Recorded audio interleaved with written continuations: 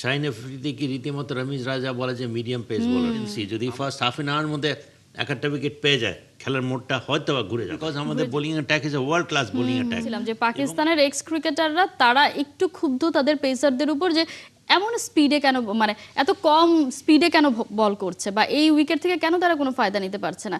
আমাদের তো এই প্রবলেম নেই, তাহলে আমাদের বোলাররা কেন আসলে এফেক্টিভ হতে পারছে না? মানে সেটা আসলে কি মনে হয় সালাউদ্দিন সহকারী কোচ তিনিও আসলে বোলারদের উপরেই দায়ভারটা দিয়েছেন? আমার মনে হয় বোলিং ইন দ্য রাইট এরিয়াসটা, Mohammad Abbas is not a very fast bowler, এদের মধ্যে স্লোয়েস্ট বোলার সেই।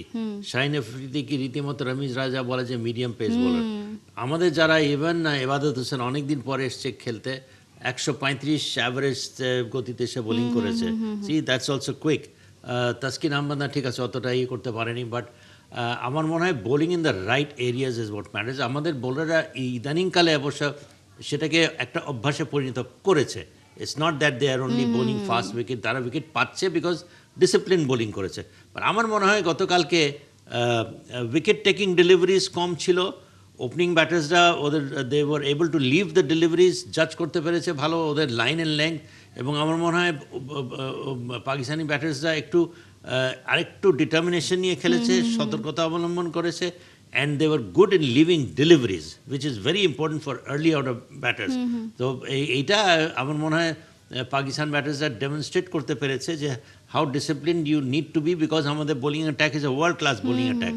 এবং এখানে 100% you have to give them credit, because এবং যদি আজকে যদি আমাদের আজান ওয়েস রাইট, সে যদি আজকে যদি সেঞ্চুরি করতে পারে, I will think that this is one of the best hundreds, এবং এরকম 100 সে করতে পারবে কিনা we'll have to wait and see, because I think this is a world class Bangladesh bowling attack.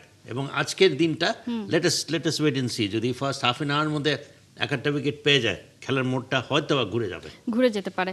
আমরা একটু গতকালকের বাংলাদেশের ব্যাটিংটা নিয়ে যদি একটু কথা বলি। বাংলাদেশ ম্যাচটা শুরু হওয়ার আগে নাজমুল শান্ত বলেছিলেন যদি প্রথম ইনিংসে তারা ব্যাটিং পায় বা ব্যাটিং করতে হয় তাহলে 400 হচ্ছে তাদের টার্গেট। সেই 400 সংখ্যা থাকলেও শেষ পর্যন্ত তাসকিন পেরিয়ে দিয়েছে, 413-তে অল আউট হয়েছে। কিন্তু পাকিস্তান যখন ব্যাটিং করা শুরু করলো তখন মনে হলো 400 ইজ নট ইনাফ। এই জায়গায় কি আমরা উইকেটটা বুঝতেও খানিকটাকে ভুল করলাম কিনা, নাকি আসলে কিছুই করার ছিল না যেহেতু আমরা আসলে অল আউটই হয়ে গেছি? না, আমরা টেস্ট ক্রিকেট বিভিন্ন সময় বিভিন্ন মোড় নেয়, স্বাভাবিক, 5 দিনে 5 রকম রং আমরা দেখি। এখন 179 for 1, who knows by the end of the first session they could lose 3-4 wickets, 225 for 4 হয়ে যেতে পারে। টেস্ট ক্রিকেটের এরকমই গতিতে খেলা হয়, so it's too early to say. আমার মনে হয় যে টেস্ট ক্রিকেট সবসময় বলি is a test of temperament, test of technique, test of patience, সব কিছু।